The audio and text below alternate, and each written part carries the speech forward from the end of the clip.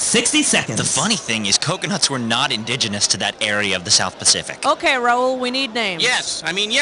I'm kind of going for that Shanito. Okay, chill. We've got some work to do. You ready? How many people we got playing? Gotcha. One player. Go ahead and type in your name. Oh, and do you want a 7-question game or a 21-question game? All over it for you. 30 seconds. All right, remember, your buzzer is B, as in brick cheese. Someone trips over it. Thank you. 20 seconds. Hey, Jethro, that's a card machine, not a toaster. All right, listen up. As soon as you think you know the answer to a question, buzz in. Then you have to hit the number that corresponds to the answer you want. You got that? 10 seconds. We'll see you later. 9, 8, 7, And 6, get rid of the death five, drop. Steel Four, tourniquet absolutely three. free. Limb whacker. Slims and trims by removing limbs.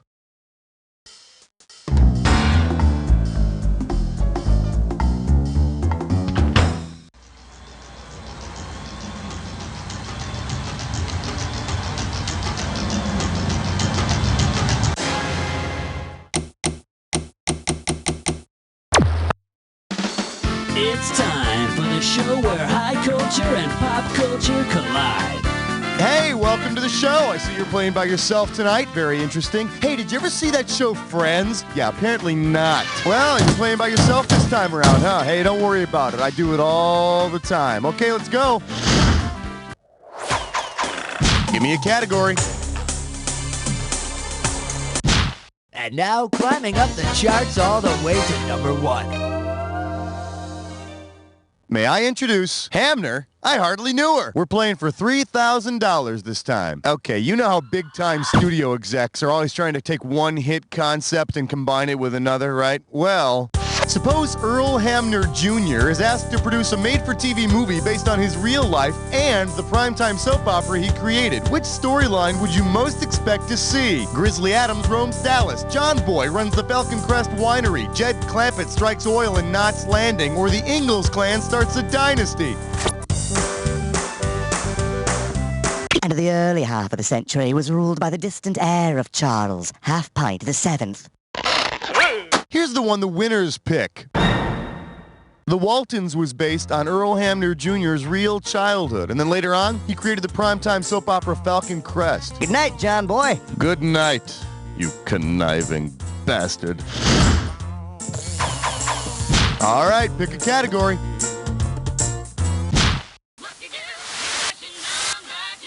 And our special guest tonight, they came, they laughed, they died. $2,000 for a correct answer. Okay, get your bulletproof vests out and imagine there's a mass murderer prowling the TV sets of old. Because it was the first show to use a live studio audience, which show could have been the first to end up with a dead studio audience? The Honeymooners, I Love Lucy, The Alfred Hitchcock Hour, or Leave It to Beaver. The first show to be filmed before a live studio audience was I Love Lucy. Lucy, you got some splaining to do. Why isn't anyone laughing? Time to pick a category. This is question 3. All right, give it up for, why, yes, that is a rocket in my pocket. I got $2,000, says you don't know this one. Hey, kids, it's howdy doody time. Suppose the Persian Gulf War's Scud Stud appeared as a contestant on Studs. Which newscaster might end up heading home with a hot date? Arthur Kent, Peter Arnett, Wolf Blitzer, or Bernard Shaw? Nah, if your name is Wolf Blitzer, I think your nickname's probably going to be Dork. What do you say we check out the right answer? That yummy little hunk of a reporter, Arthur Kent, earned the nickname the Scud Stud during his Gulf War coverage. And as the winning couple, we're sending you on a date to wonderful Iraq. Oh, hell. Category, please.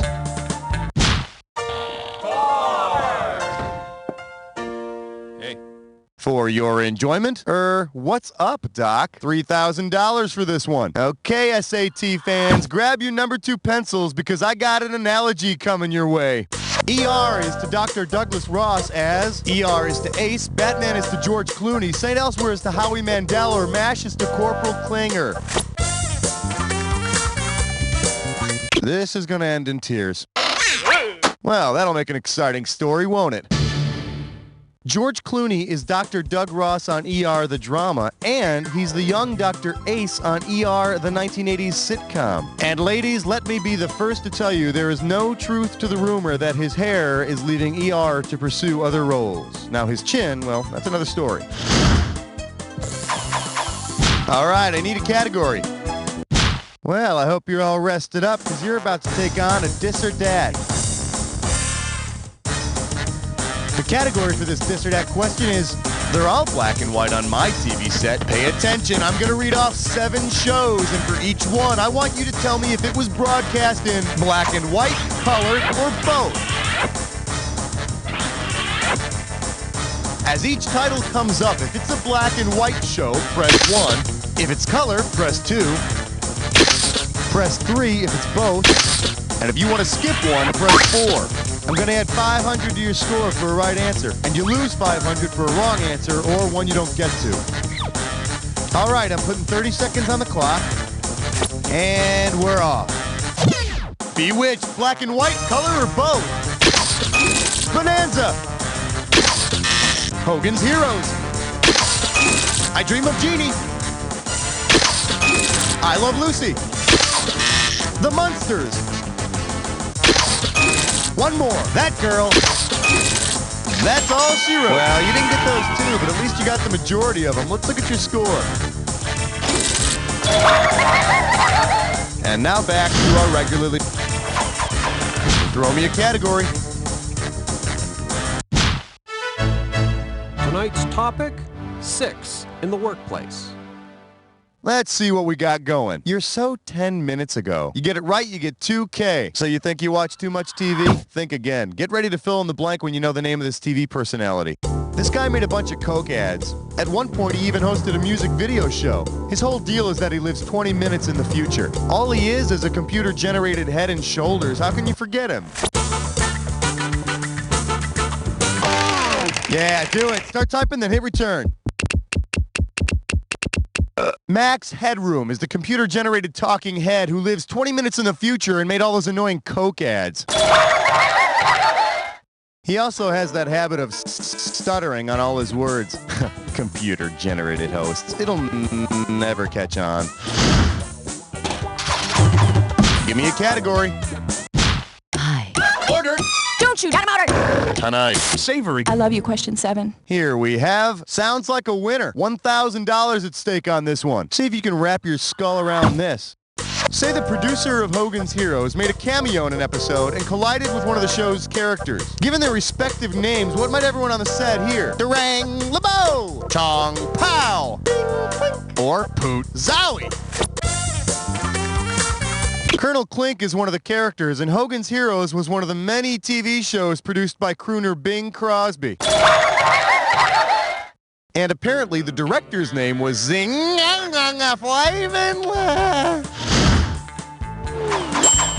All right, pick a category.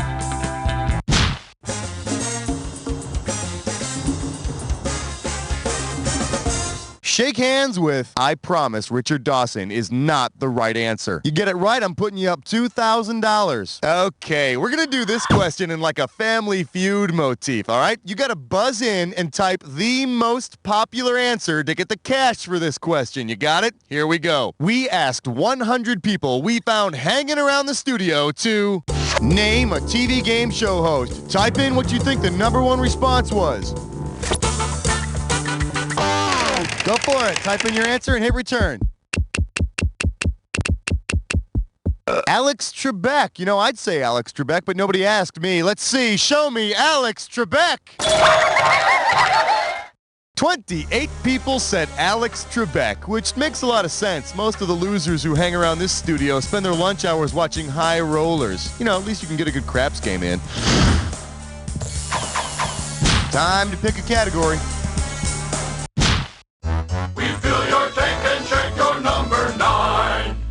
Let's take a look at anything for a vote. You get this one right, you get 3,000 greenbacks. All right, let's imagine that Bill Clinton goes absolutely nuts and decides that everything he needs to know about running the country, he can learn from TV.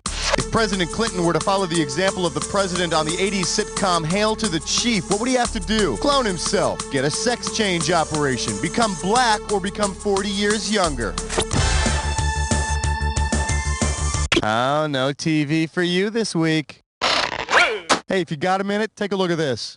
On that show, Hail to the Chief, the president is played by Patty Duke. So aside from becoming a transsexual, Bill would also have to become really, really perky. Category, please. The following is a test of question 10. This is only a test. Today's specialties include, in a past life, I was desperate for work. How does $2,000 sound? Heads up, here it comes. If David Duchovny were to model his X-Files character, Agent Mulder, after the DEA agent he played on another show, what would he do on the job? Bake Cancer Man a cherry pie, borrow an outfit from Scully, use the cell phone in his shoe, or amuse the aliens with a soft shoe routine? Here's Wrongy. For the curious, here's the right answer. Before he was Agent Mulder, David Duchovny played the cross-dressing DEA agent Dennis/Denise on Twin Peaks. And hey, look at it this way. If he gets fired from the DEA for cross-dressing, he can always go to work for the Clinton administration. Okay, you made it through one round. Let's see what happens in round two. Let's do it. Now, in round two, every question is worth twice as much, so there's going to be some big cash moving around. Let's get to it. Throw me a category.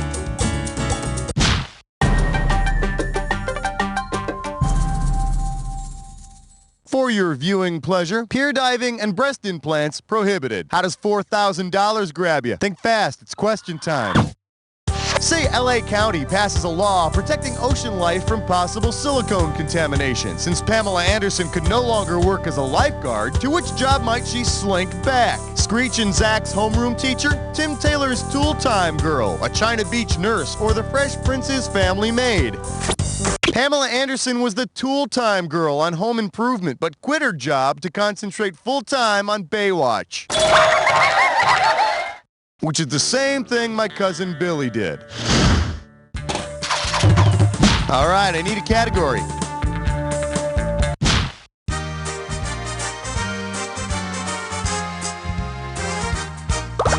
This category is known as, that's an L of a sweater. You get this one, you pocket $2,000. Okay, let's say you're a waiter at a fancy restaurant and you're serving a romantic dinner to Laverne DeFazio and her date, Alf. In order to impress Laverne, Alf orders her favorite drink to enjoy with his favorite dish. What'll you serve him? Shots beer and a schnauzer, KO and a beaver, milk and Pepsi and a cat, or cherry coke and a bunny? Laverne's favorite drink is milk and Pepsi, and Alf considers cat a delicacy. And I'm guessing that they'll each get up from the table with a milk mustache and hair between their teeth. Yeah, that's attractive. All right, pick a category. Flash, we interrupt this game to bring you a special question.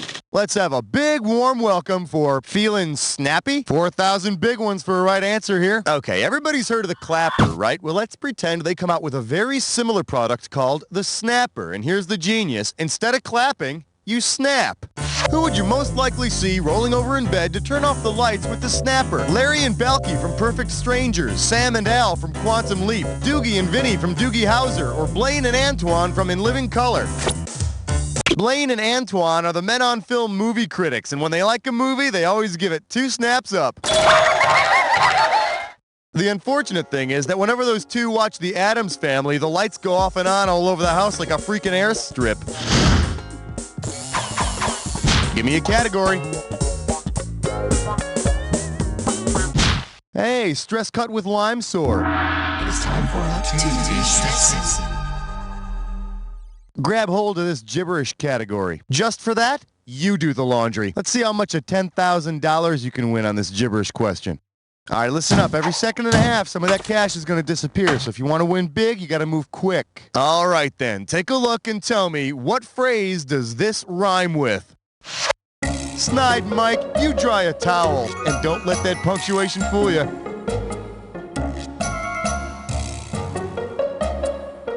First clue, it's what you... Come on, start typing and hit return.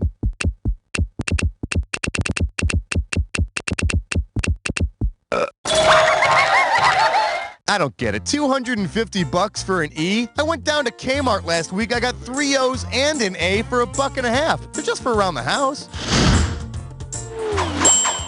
Time to pick a category.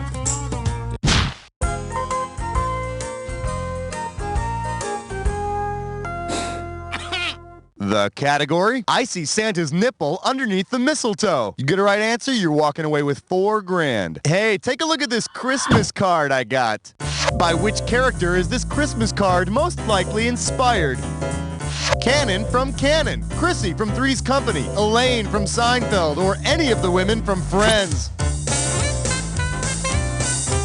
Trust me, I watched every episode of Three's Company as a kid in the hopes that something would get past the censors. It never happened.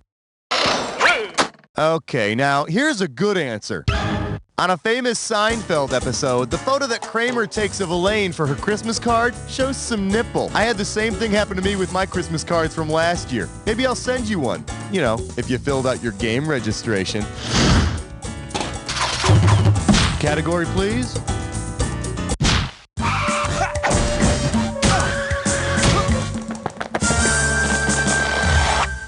I believe this one is called The Best Little Whorehouse in TV Land. $2,000 for a correct answer. Hey, remember that big to-do about the Mayflower Madam, that society lady who ran a whorehouse in Manhattan? Well, try this on for size. If the Mayflower Madam were replaced by Wayland Flowers Madam, whom would the local Johns be paying for services rendered? A genie, a schnauzer, a craggy old puppet, or Wayland Flowers nanny? The Mayflower Madam would be replaced by a craggy old puppet named Madam, the co-host of Wayland Flowers' Freaked Out talk show. Too bad the Mayflower Madam didn't know Wayland. When she was arrested, he could have pulled a few strings. All right, I need a category.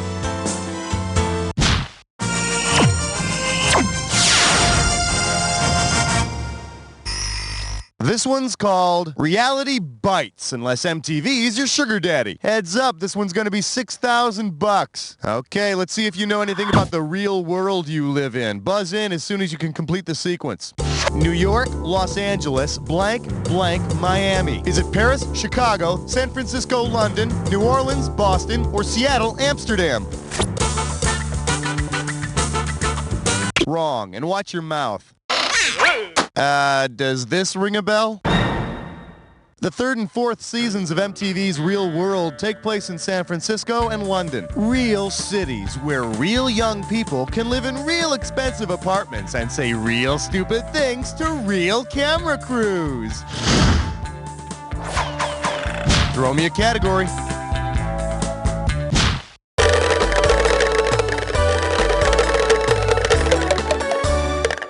Open wide and get ready for getting lucky tonight. If you know this one, you're getting $4,000. Okay, this is one of them there analogy questions. So get your number 2 pencil out of your ear and let's get ready to party. Edward R. Murrow is to good night and good luck as Ted Baxter is to good luck and goodbye, good night and good news, good luck and good night, or good night and sweet dreams. Legendary newscaster Edward R. Murrow's closing catchphrase was good night and good luck, and not so legendary Ted Baxter's sign-off is good night and good news. And good news is not what people get from Ted Baxter. All right, pick a category.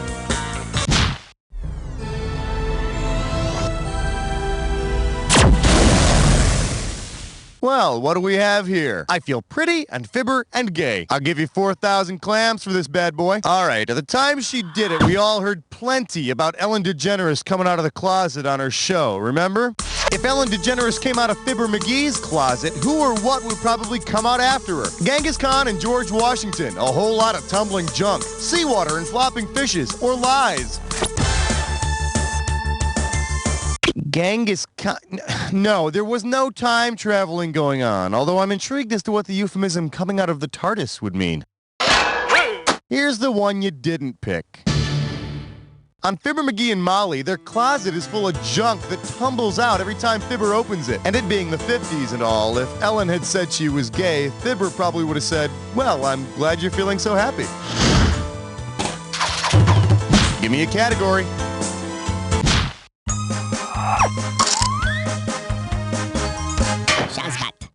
The category is Angels and Playmates. 4K coming your way for a right answer. You know, they say you can tell a lot about a person from which Charlie's Angels character they think is the hottest. Well, for me, it's a tie. Chris and Jill. Farrah Fawcett and Cheryl Ladd. Now, you throw in Bosley, forget about it.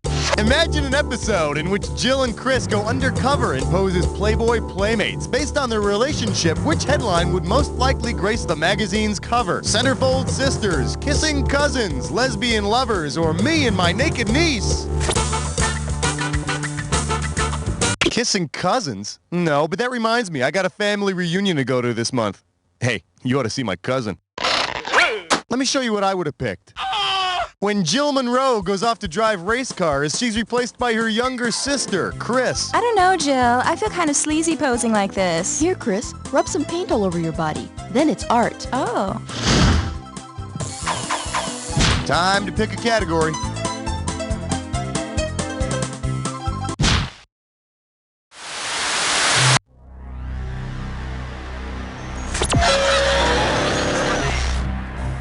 All right then, let's fast forward and get right to the good part. Here comes your clue. The men next door and their better halves. You better have some right answers up your sleeve, 'cause you're gonna need them.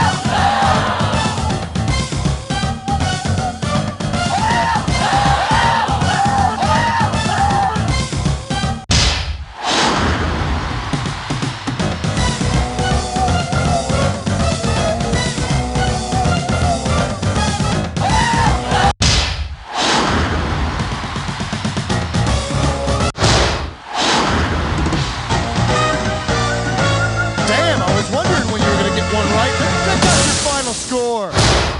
That's the game. Wow, player, you ended up with less than nothing. It's a good thing you didn't have any competition, because then everybody would know that. You don't know, Jack. All right, that's one more in the can, folks. Hey, Raul, what's happening? Okay, player. Yeah, sure, you made the high scoreboard, but there are empty slots anyway. You could have been banging your forehead against the keyboard. You would have made it up to the high scoreboard. You want to play again? Let me know. I love you. Oh, I love you too. I love you both. Listen to how one lovable addition can liven up a Vietnam miniseries. Look out! Charlie everywhere! Hey, why is everyone here called Charlie? These precious child actors come in all shapes and sizes. Children with lisps, redheads, fat kids, annoying brats, twins, dwarves. So why let those final season's ratings get you down? Call What You Talking About Warehouse and you and your show can go out with a giggle.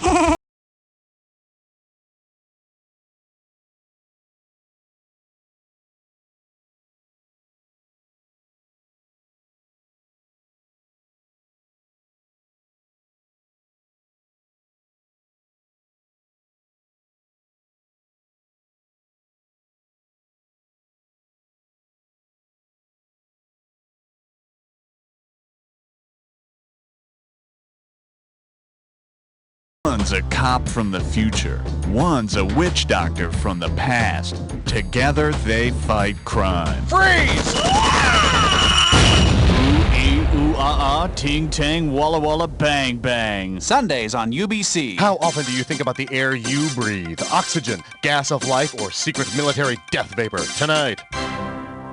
Ice. Watch out. Why? Slippery. Oh. This message brought to you by the United States Department of Condescending Paternalism. Thursdays on the Magic Eye channel are 3D-rific.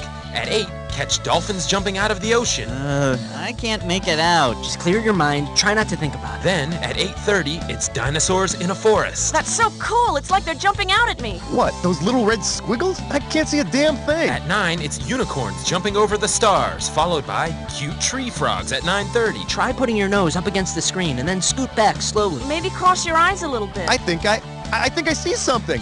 Is that Santa? Oh, Dad. There's something more to see on Thursdays. The Magic Eye channel. It's 3D-rific. Dr. David Boner, physician, scientist, searching for a way to tap into the hidden strengths that all humans have.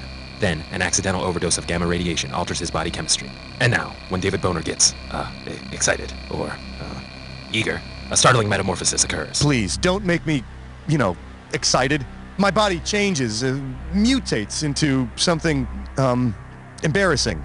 I don't like me when I'm, The, creature is driven by hormones. Boner is sought by so-called journalists for adult-oriented magazines for pictures that are kind of, embarrassing. Mr. McGee, stop that. Please, don't. That tickles. David Boner is believed by some to be dead. He must let the world think that he is dead, or at least out of commission, if you know what I mean, until he can find a way to control the raging member that dwells within his pants. Dr. David Boner has the Incredible Hulking Penis. It's green. Maybe you should get that checked out. Order the Incredible Hulking Penis pay-per-view from the privacy of your own home. Showing at 9 p.m., 11 p.m., and 1 p.m. on Spice. Dearest Natalie, today was our fiercest battle yet. As we fought our way to victory, I saw something not soon forgotten. Telly Savalas atop the dunk tank, smiling triumphantly, gym shorts flapping in the wind. He had willed himself not to be dunked. The Civil War Battles of the Network Stars. A Ken Burns film coming this fall to PBS. Antifreeze. Don't drink that. Why? Because it'll kill you. Oh. This message brought to you by the United States Department of Condescending Paternalism. This week on Zenora, Queen of Battle, a journey is undertaken. Come up here, Janelle. You can ride in front of me. Hold me tight. But they must make haste. We'll have to gallop. Oh, yes. All on the next Zenora.